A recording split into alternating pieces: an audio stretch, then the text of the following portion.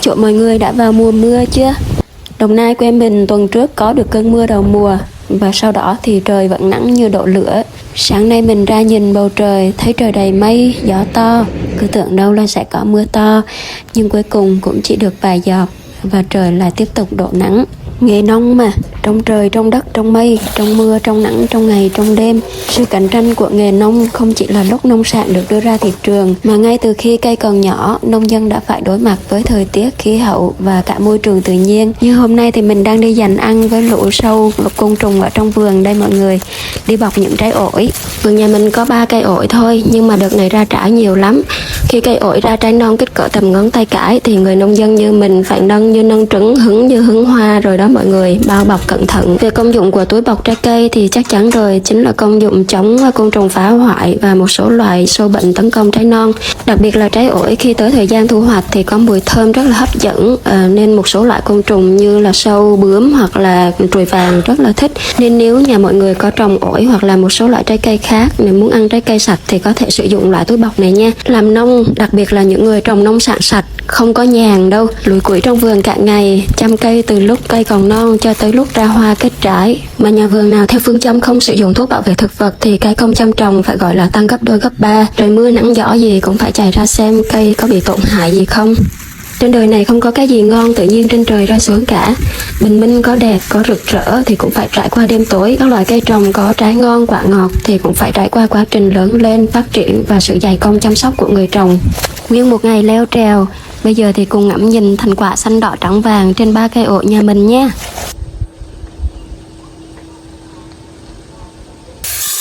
Cả ngày lùi cùi ở ngoài vườn, rồi tới lúc vô nhà thấy mớ đậu đen xanh lòng ở mùa trước còn dư lại nên mình lấy ra để làm giá.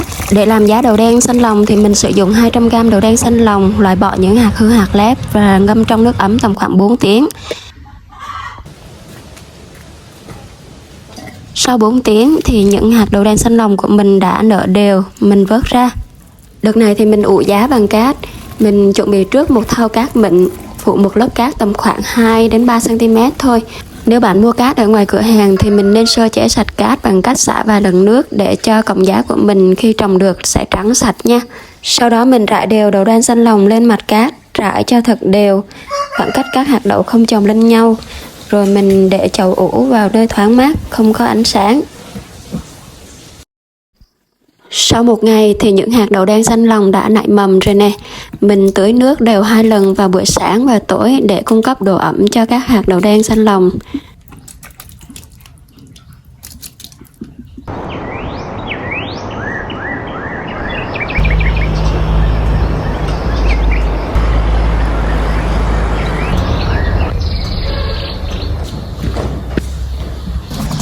Và đây là thành quả sau 3 ngày của mình nè. Những hạt đậu đen xanh lòng đã nảy mầm thành những cây giá trắng muốt luôn. Đây là một nhóm rau mầm chứa rất nhiều chất bổ mà ở dạng nguyên hạt không có. Không chỉ dừng lại ở tác dụng làm mát mà chúng còn rất tốt cho da, chứa nhiều chất xơ và có tác dụng làm giảm nồng độ cholesterol trong máu. Nếu bạn đang có đậu đen xanh lòng thì hãy thử trồng loại rau mầm này nha.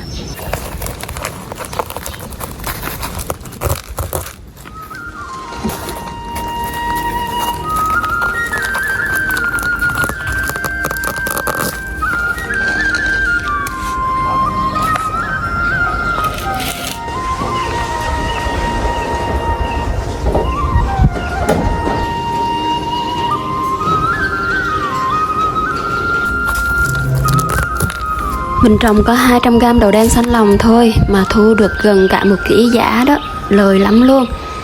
Bây giờ thì mình rửa sạch và dự định là sẽ làm dưa giã và một vài món ngon cho bữa tối nay.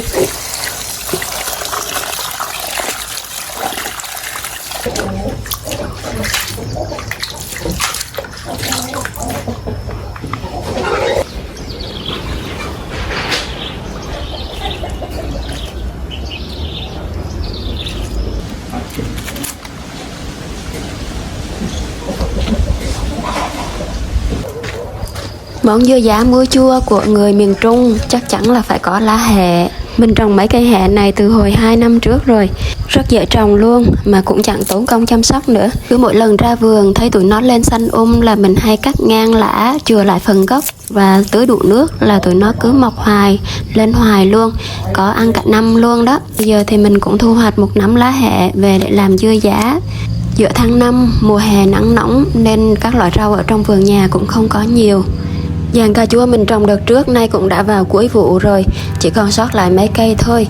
Thân cũng tàn, lã cũng tàn rồi, nhưng mà trái vẫn còn chia chít dữ lắm. Dòng cà chua này là cà chua chuỗi ngọc, trái nhỏ nhỏ vậy thôi nhưng mà ăn ngon cực kỳ, ngọt lắm. Cứ mỗi lần thu hoạch xong là kiểu gì mình cũng làm một tô cà chua dầm với đá đường, ăn sống cực kỳ ngon. Nấu lẩu hoặc là kho cá, kho thịt, làm nước sốt cũng ngon nữa.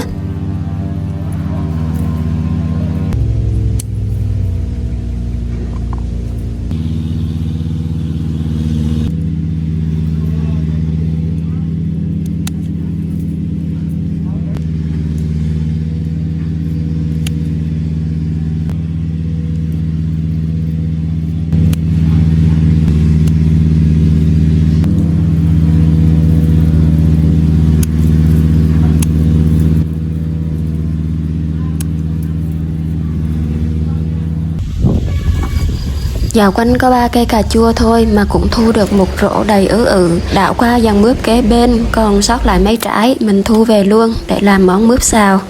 Sau một hồi dạo quanh vườn mình cũng đã thu đủ các loại rau củ để chuẩn bị cho bữa tối rồi. Bây giờ thì về thôi.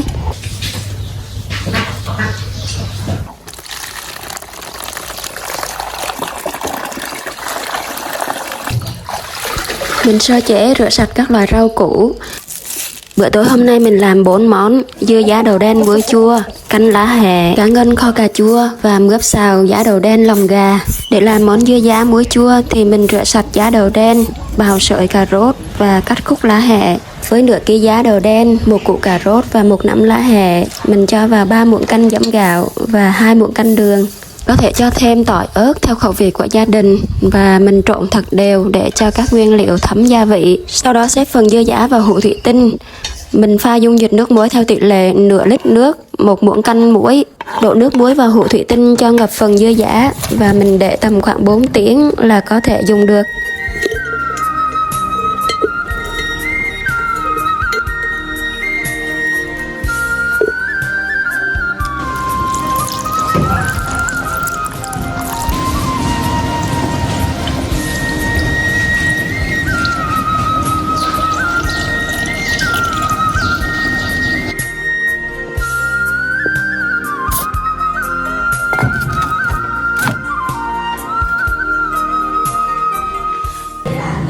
Với món kho cho tối nay thì mình chọn làm cá ngân kho cà chua. Cá ngân sau khi sơ chế rửa sạch thì mình ướp gia vị, một chút muối, chút tiêu, chút bột ngọt và hành tỏi ớt, trộn đều và ướp tầm khoảng 20 phút để cho cá thấm gia vị. Cà chua đã được rửa sạch trước đó rồi, mình cắt hạt lựu để làm nước sốt kho cá.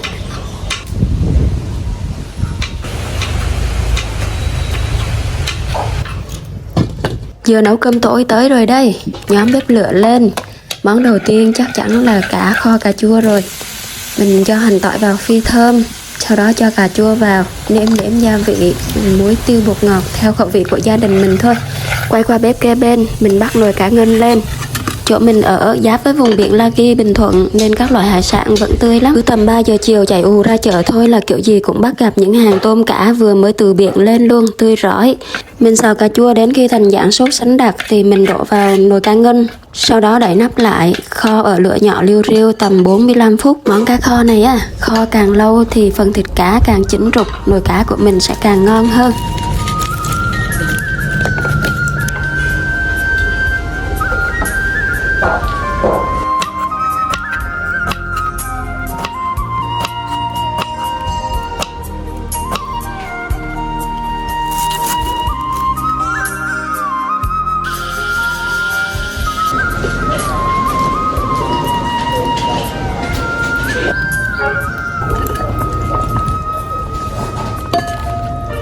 Nồi cá nãy giờ mình kho cũng gần được 40 phút rồi. Với các món kho thì mình hay có thói quen là sẽ nêm thêm một muỗng nước mắm vào khâu cuối cùng. Nước mắm là một loại gia vị có thể coi là linh hồn của món ăn của người Việt rồi ha.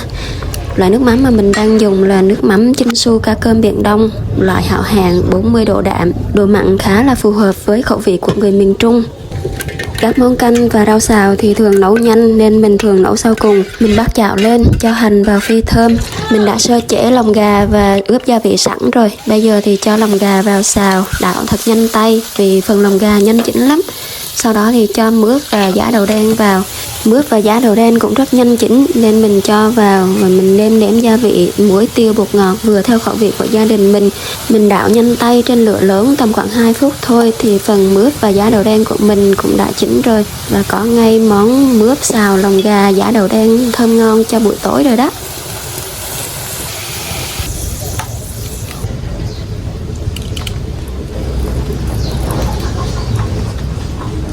Nấu xong món mướp xào giá đậu đen và lòng gà thì mình bắt một cái nồi lên, cho nước sôi vào để chuẩn bị món canh. Món canh tối nay của mình là món canh tép sông nấu với lá hẹ.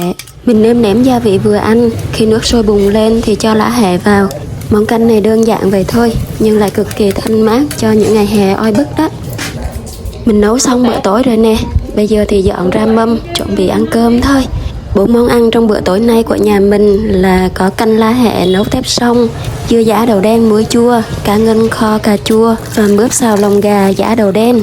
Ai đang đến giờ ăn cơm thì mọi người cùng ăn với gia đình mình nha.